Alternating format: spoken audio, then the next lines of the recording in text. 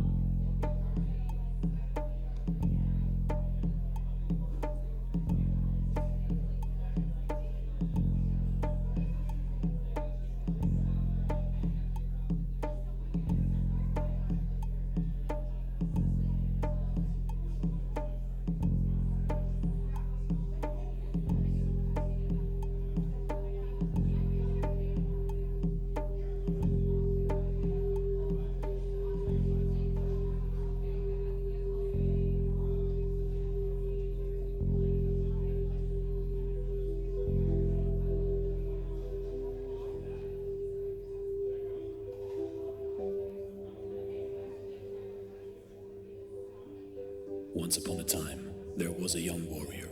His teacher told him that he had to battle with fear. But he didn't want to do that. It seemed too aggressive. It was scary. It seemed unfriendly. But then the teacher told him that he had to do it and gave him the instructions for the battle. And then the day arrived. The student warrior stood on one side and fear stood on the other side. The warrior was feeling very small and fear was looking big and wrathful. They both had their weapons. The young warrior roused himself and went toward fear, prostrated 3 times and asked, "May I have permission to go to battle with you?" And fear said, "Thank you for showing me so much respect that you ask permission." Then the young warrior said, "How can I defeat you?" And fear replied, "My weapons are that I talk fast and I get very close to your face, and then you get completely unnerved and you do whatever I say. If you don't do what I tell you, I have no power. You can listen to me and you can have respect for me. You can be convinced by me, but if you don't do what I say, I have no power." And in that way, the student warrior learned how to defeat fear. You see, in life, when things fall apart or you start feeling fear, rather than feeling you're getting the short end of the stick, feel lucky, because only when you feel fear will you feel the opportunity to have the courage to grow. Being courageous and having a great life is all about being intimate with fear in a wise and graceful way. Feel fear and then do what needs to get done. Rather than being depressed or scared about fear, lean into it and see it as an opportunity to learn and grow.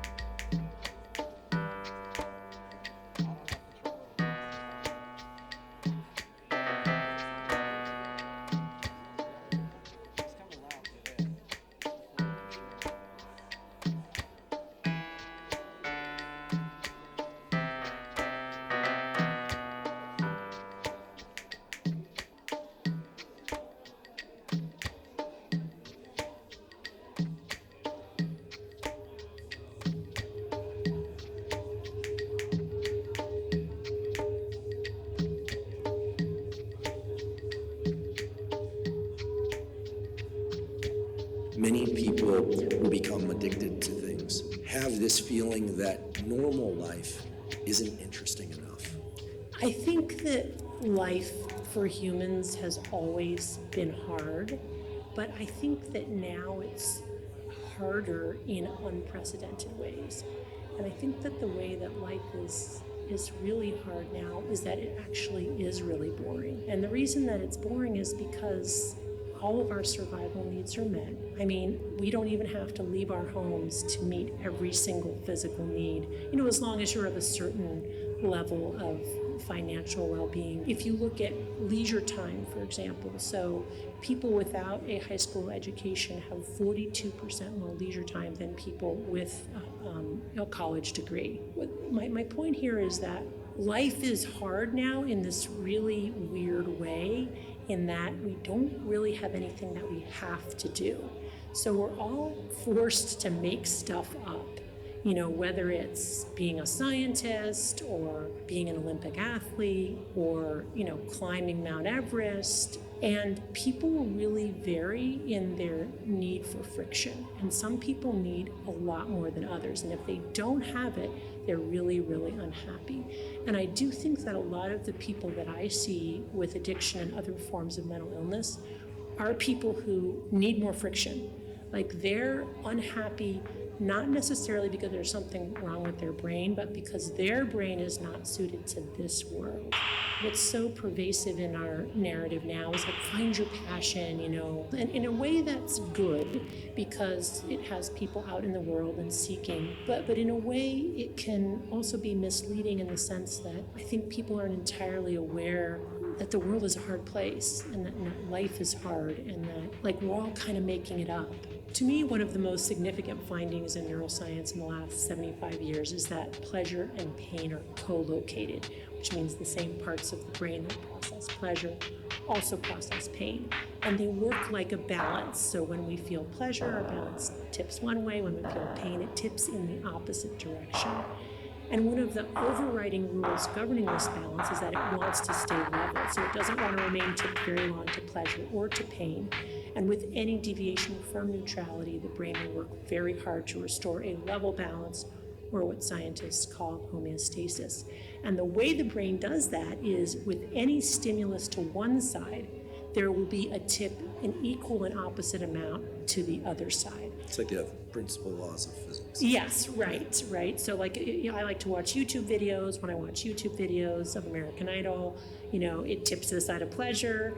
And then when I stop watching it, I have a come down, right, which is a tip to the equal and opposite amount on the other side. And that's that moment of wanting to watch one more YouTube video. And here's really the key. If I keep indulging again and again and again, ultimately, I have so much on the pain side, right, that I've essentially reset my brain to what we call like an anhedonic or lacking in joy type of state, which is a dopamine deficit state. The way in which pain can become the main driver is because I've indulged so much in these high reward behaviors or substances that my brain has had to compensate by way down regulating my own dopamine, such that even when I'm not doing that drug, I'm in a dopamine deficit state, which is akin to a clinical depression. I have anxiety, irritability, insomnia, dysphoria, and a lot of mental preoccupation with using again or getting the drug.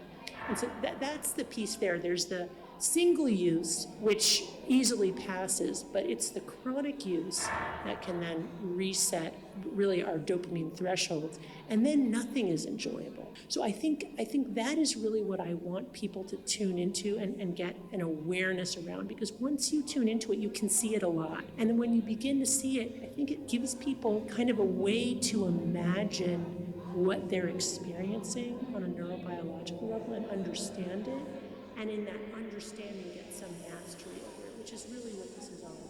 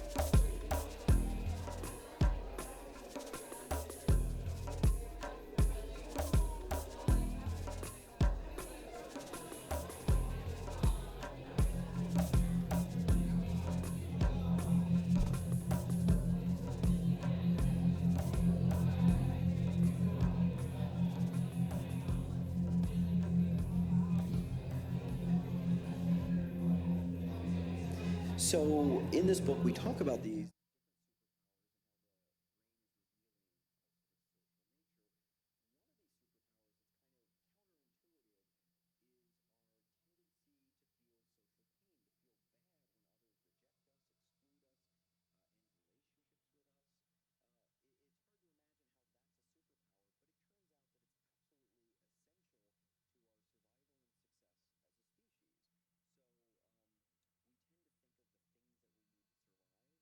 Like food, water, and shelter. But because we're mammals and we're born little babies, incapable of doing anything for ourselves, our need to connect with a caregiver and to have a caregiver who wants to connect with us is absolutely paramount. We would die without that. And so the social pain we feel when we're separated and not connected to other people comes out of this important point in our lives, but stays with us our entire lives. The research that we've done in my lab and in other labs has discovered that when we are socially rejected, when we feel social pain, the brain looks very much like it does when you feel actual physical pain. So if you were to sort of feel a shock on your arm, there's this characteristic pattern in the brain that would be associated with you saying, ouch, that really bothers me. And that same pattern would come online when you were playing a game and two other people left you out of the game for no good reason. And it seems like a minor thing, but it would activate the same region. And here is the really surprising thing.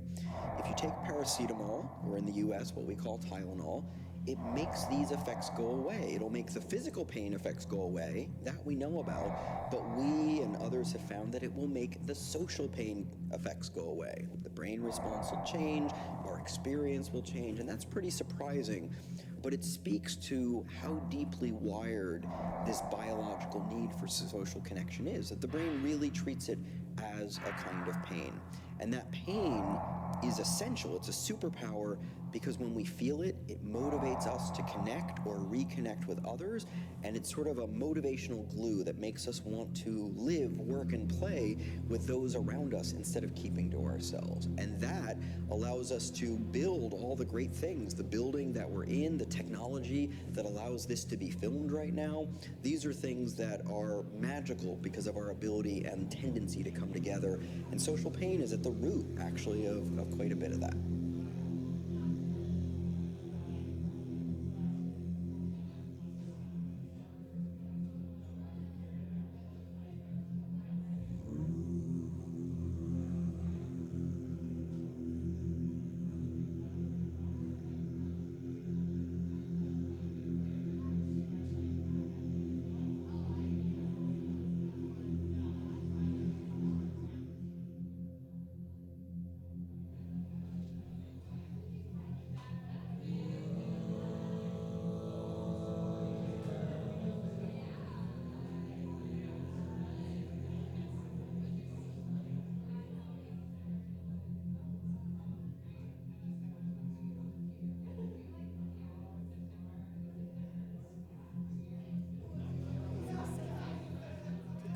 And stay with the pain, because you got to touch the pain. You know, you're not gonna, it's like you could have the pain, awful stuff over here, and then you can get them to change channels. You know, sometimes people do this in spiritual work. They just think about God and they get all happy, but it's not really changing the place in the brain that's holding all that, all those horrible pictures and scary things and distressed affect. So that's what it means by meeting. It's like you gotta tap the stuff. You know, a lot of new therapists don't take the time it takes to really connect with the distress and to allow it, and they can't make people feel safe enough to go into it because people do not want to feel that stuff. You know, something was too awful to bear, and they jumped out of it, and they never really came back to that spot. But that's actually probably the definition of a false self. You know, you never came back to your real self. You're going on being moment to moment self that was born, but before it got interrupted, before it got disjointed. So getting people to go back to the place of pain, that's the place that needs the help. That's the place that keeps coming up with a person that's what they're coming to therapy for. You know, this is the place that doesn't work. This is the trauma that didn't get integrated, that didn't get resolved.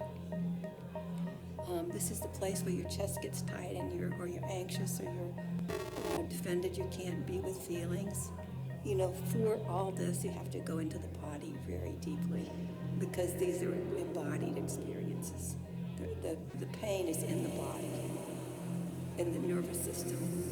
You know, being afraid of other people socially, that's in the body. That's the kind of, most anything that people come in with. There's pain somewhere that didn't get met, didn't get resourced. People don't understand that when a trauma happens, somebody has to sit with them and make them feel safe and make them feel able to pay attention to it. Like even if a kid falls off a jungle gym and only thought he was going to die for 1 second, he's still got stuff in his body, and it takes a very active holding mom to say, let's just sit here a little with that. You know, I know you were only scared for a second, but your body probably still feels scared. So let's just sit with that. Give it a chance to regulate. And with the patient, you're focusing them on where, you know, what feels bad. Because they have to give it attention, they have to give it time, and they won't do either if they don't feel safe and supported.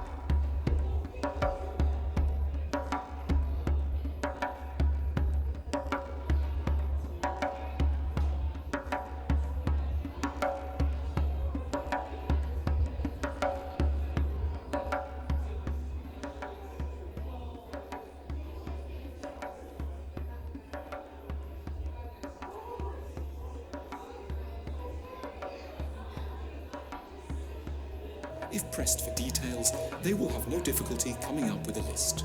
Their partner, they might complain, is too loyal to their irritating family, or doesn't share their views on the layout of the living room, or never wants to go on camping holidays, or plays tennis every Wednesday evening no matter what, or doesn't like Moroccan food, or doesn't share their enthusiasm for 19th century Russian novels, or has a habit of adding actually to every second sentence when it's actually redundant.